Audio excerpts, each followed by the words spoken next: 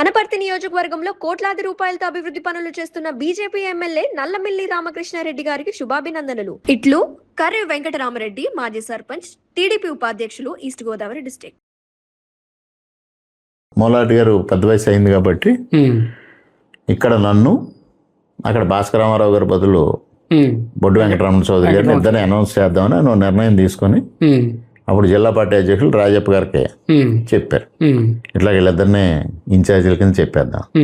రాజప్ప గారు నాకు ఫోన్ చేస్తే నేను యనమల రామకృష్ణ దగ్గర కూర్చొని, సార్ నాకు ఇంట్రెస్ట్ లేదు రాజకీయాలు, నాకు వద్దు ఇన్ఛార్జ్, మీరు ప్రస్తుతానికి డ్రాప్ చేసేయండి, ఇంకా ఎన్నికలకి 4 సంవత్సరాలు ఉంది కదా, అప్పుడు చూద్దాం ఏంటనేది అని నేను డ్రాప్ చేయించాను. షాక్ అయ్యాడండి రామకృష్ణ గారు, ఏదైనా పిలిచి పదవిస్తా ఇలా అంటున్నాడు. డ్రాప్ చేశారు. డ్రాప్ చేసిన తర్వాత 1 సంవత్సరానికి భాస్కర రామారావు గారు ఎమ్మెల్సీ ఎలక్షన్ వచ్చింది. ఓకే. భాస్కర రామారావు గారికి మోలారెడ్డి గారికి 1970 నుంచి కొంత వైరం ఉంది. ఒకే పార్టీలో ఉన్న, అంతకుముందు మున్సబ్ గారికి అనుకూలు ఆయన, వ్యతిరేక ఈయన, అలాగే ఇద్దరు వైరం ఉంది.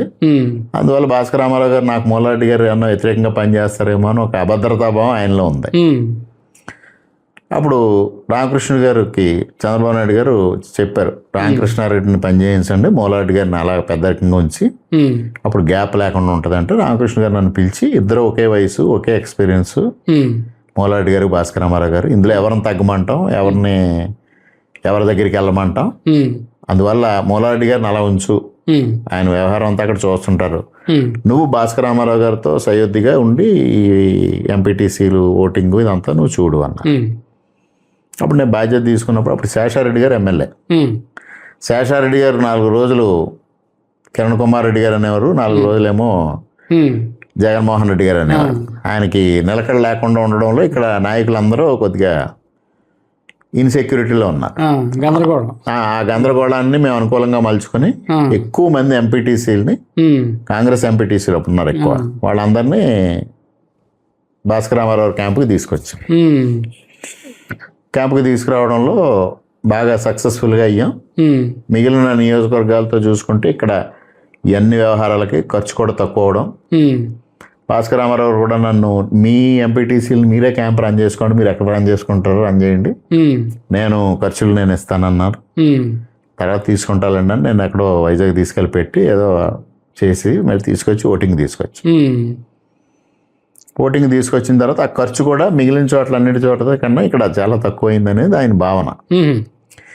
అక్కడ ఎంపీటీసీలని ఓటింగ్ వేయించేటప్పుడు కూడా నేను కొద్దిగా పర్టికులర్గా, మనం ఇప్పుడు వాళ్ళని బయట నుంచి తీసుకొచ్చాం, వాళ్ళు మనకు ఓటేసారా లేదా తెలియాలి అనేది ఒక సిస్టమ్ అక్కడ డెవలప్ చేసుకుని ఆ సిస్టమ్ ప్రకారంగా ఓట్ చేయించా.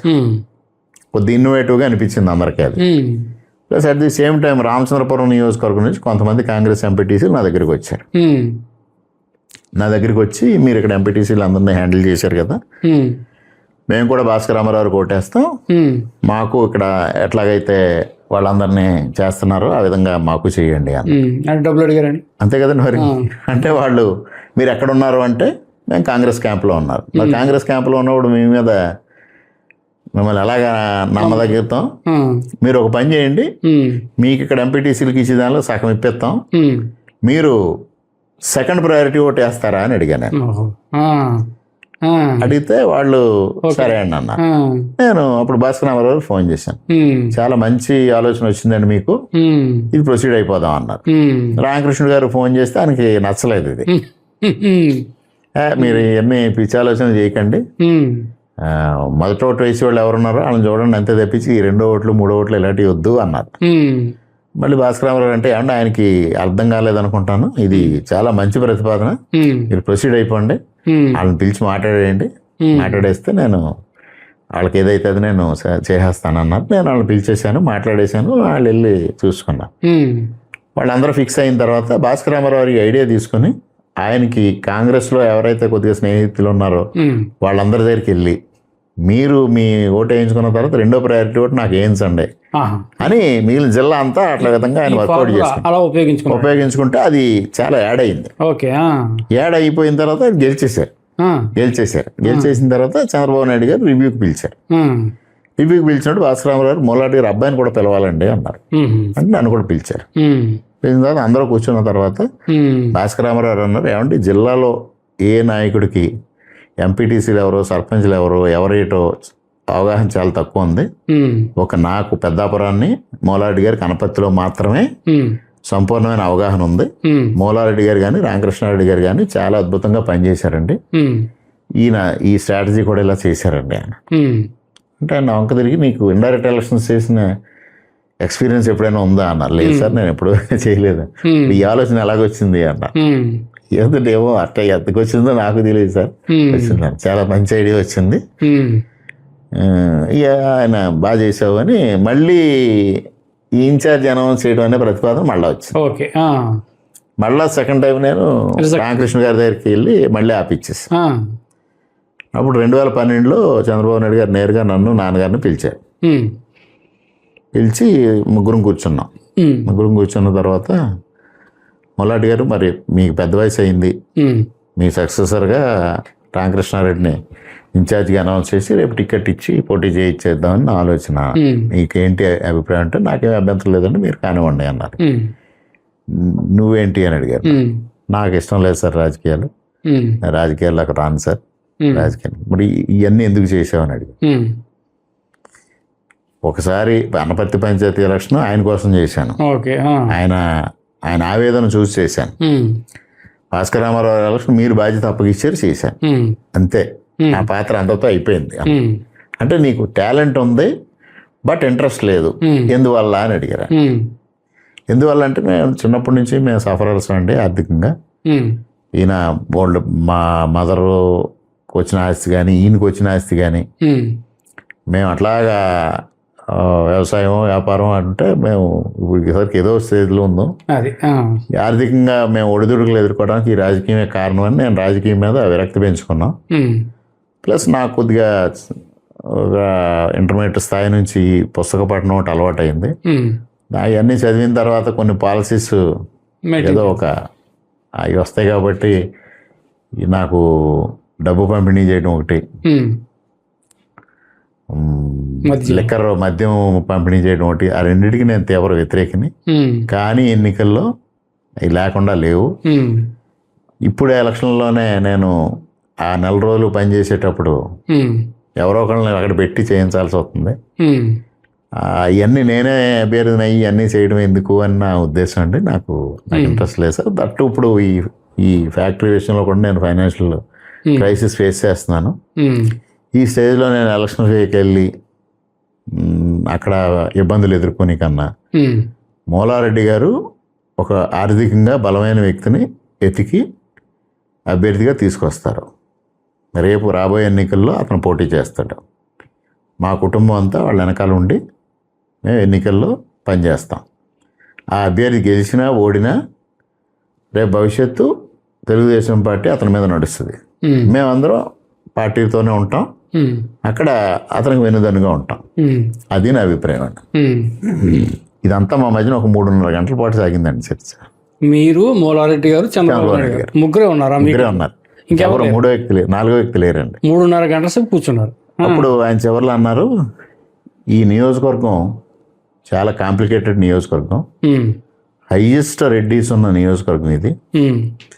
ఇక్కడ మీ కుటుంబం తప్పిస్తే ఇక్కడ తెలుగుదేశం పార్టీకి చాలా ఇబ్బందికరమైన పరిస్థితి.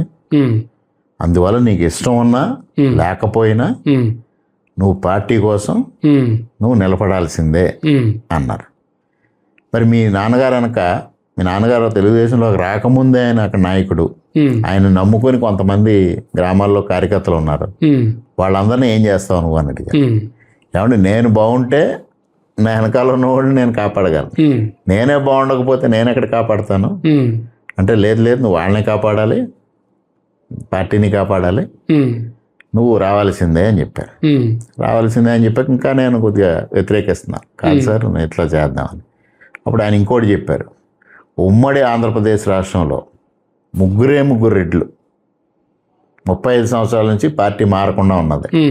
ఒకటి బివి మోహన్ రెడ్డి గారు, 2 బొజ్జల గోపాలకృష్ణారెడ్డి గారు, 3 మూలారెడ్డి గారు.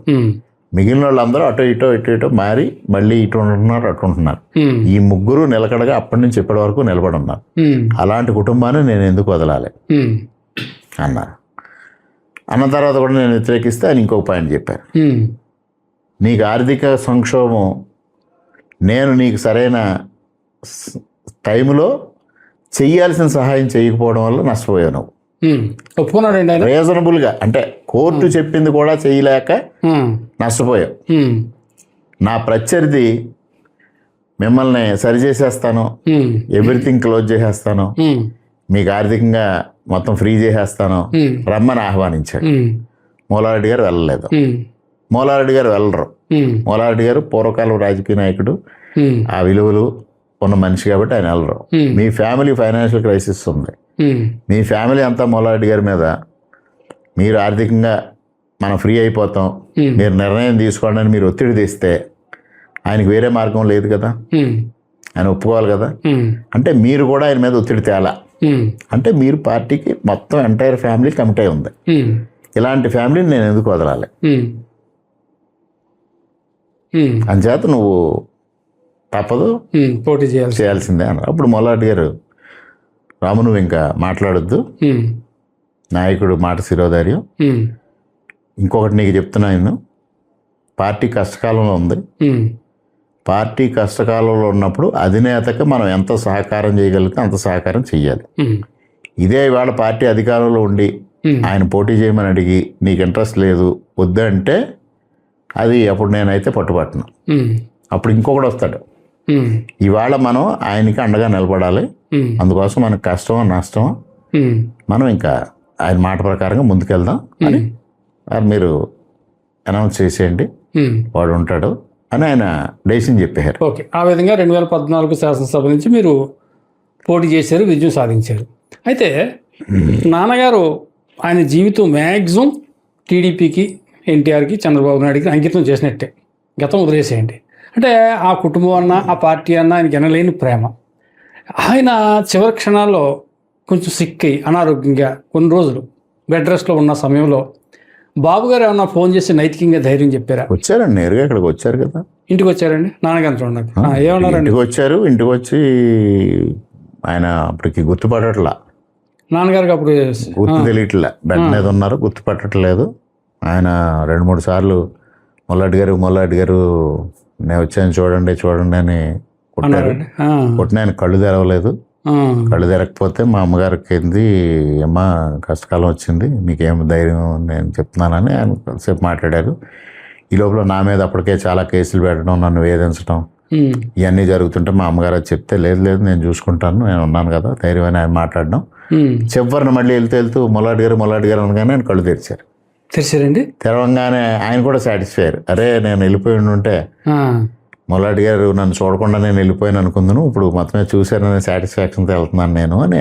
దాదాపు అరగంట సేపు ఆయన బెడ్ దగ్గరే ఉండి ఆయన చేసి, అంటే ఇప్పుడు అర్ధరాత్రి 10:30-11 గంటలకు వచ్చారు.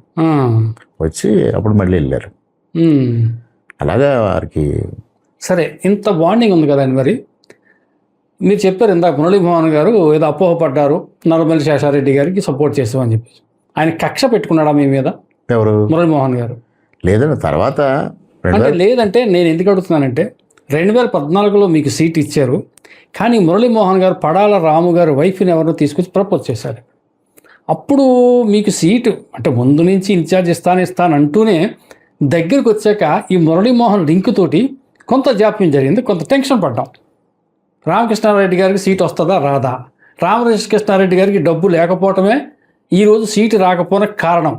చంద్రబాబు నాయుడు ఇన్ని రోజులు వాడుకుని మూలారెడ్డి గారిని చివరి దశలో మురళీమోహన్ మాటిని ఈ విధంగా చేశాడని ప్రచారం పెద్ద ఎత్తున సాగింది 2014. కానీ అందులో చంద్రబాబు నాయుడు గారు very crystal clear. Chandrababu Naidu గారు ఏ రోజు నన్ను రిజెక్ట్ చేయడానికి ఇష్టం లేదు. ఆ రోజు కూడా వారు చాలా యుక్తిగా వ్యవహరించారు. బయట ప్రపంచానికి తెలిసింది ఒకటైతే ఆయన చాలా యుక్తిగా వ్యవహరించి నన్ను తీసుకొచ్చి అభ్యర్థిగా నిలబెట్టాడు.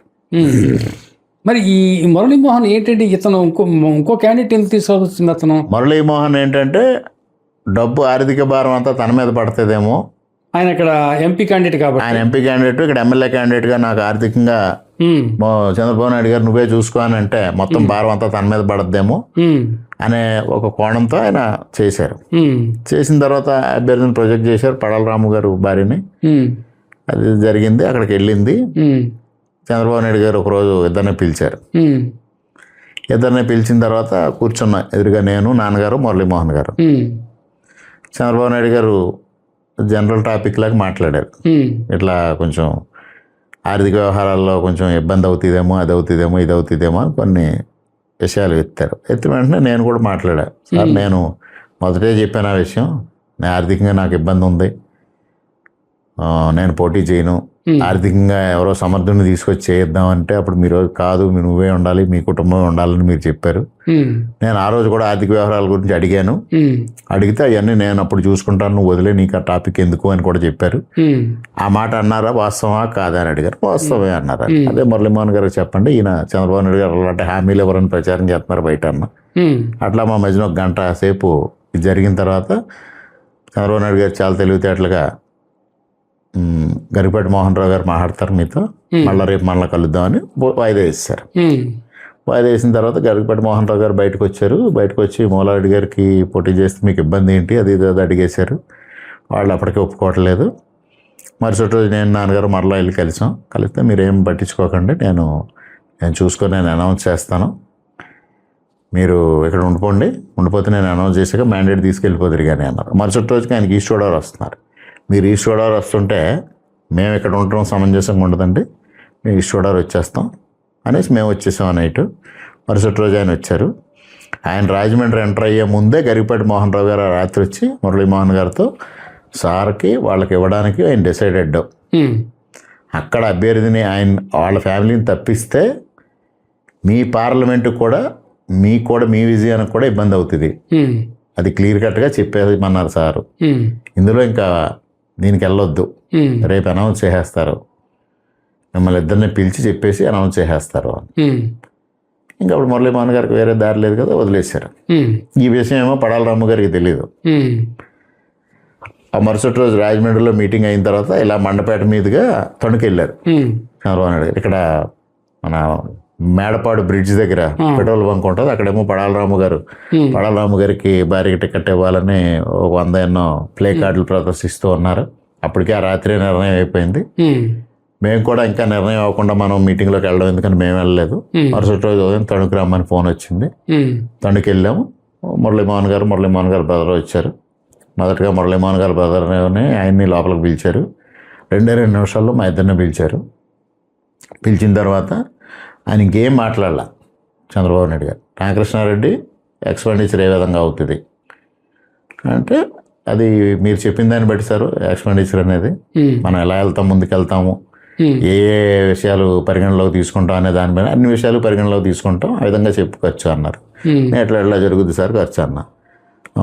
మురళీమోహన్ గారు, ఇందులో సగం మీరు పెట్టండి, నేను ఇంత సర్దుబాటు చేస్తాను, మిగిలింది వాళ్ళు చూసుకుంటారు అన్నారు. ఇంక వేరే మాట లేదు. అంటే ఫైనాన్షియల్గా క్లారిటీ ఇచ్చేసారు. ఇచ్చేసిన తర్వాత మురళీమోహన్ గారు ఇంకేదో అడగబోతున్నారు, ఇంకా అవన్నీ ఇక్కడేమీ లేవు అని టక్కన లేచేసారు. అని లేచేసి మురళీమోహన్ గారు, మూలారెడ్డి గారు చాలా సిన్సియర్ అండ్ డిసిప్లిన్డ్ లీడరు, 35 సంవత్సరాల నుంచి పార్టీకి ఎప్పుడు ఆయన వల్ల ఇబ్బంది రాలేదు, ఆయన సిన్సియర్గా అలా పార్టీతో నిలబడ్డారు. ఎన్ని క్రైసిస్లు వచ్చినా ఎవరితో ఇంటర్నల్గా తగాదా కూడా పెట్టలేదు. ఫస్ట్ టైం మీతోనే వచ్చింది, అందువల్ల ఇంక ఇది రాకూడదు అని అనపర్తి నియోజకవర్గం ఉమ్మడి ఆంధ్రప్రదేశ్ రాష్ట్రంలో అత్యధిక రెడ్లు ఉన్న ఓటర్లు ఉన్న నియోజకవర్గం. ఇది మనకు ప్రెస్టేజ్, ఎట్ ఎనీ కాస్ట్ ఇది గెలవాలి. ఇప్పుడు నేను చెప్పిన దానికి ఖర్చుకి అదనంగా కొంత ఖర్చు అయినా మీరు పెట్టి రామకృష్ణారెడ్డిని గెలిపించాలి అని చెప్పి బయటకు వెళ్ళిపోయాడు. ఇంకంతే. ఆయన చాలా తెలివితేటలుగా ఆయన ఏదైతే అనుకున్నాడో ఆ బడ్డను అంతా ఆయన మీద వేసి ఆయన వ్యవహారం. హలో, తెలుగు రాజ్యం ఛానల్ చూస్తున్నారా? సామాజిక, రాజకీయ, జీవన చిత్రణే తెలుగు రాజ్యం. అతిశయోక్తులు, అసత్యాలు ఉండవు. రాజకీయ కోణం కాదు, ప్రజా కోణమే కొలబద్ద. తెలుగు రాజ్యం వీక్షణ మీ ఉత్తమ అభిరుచికి నిదర్శనం.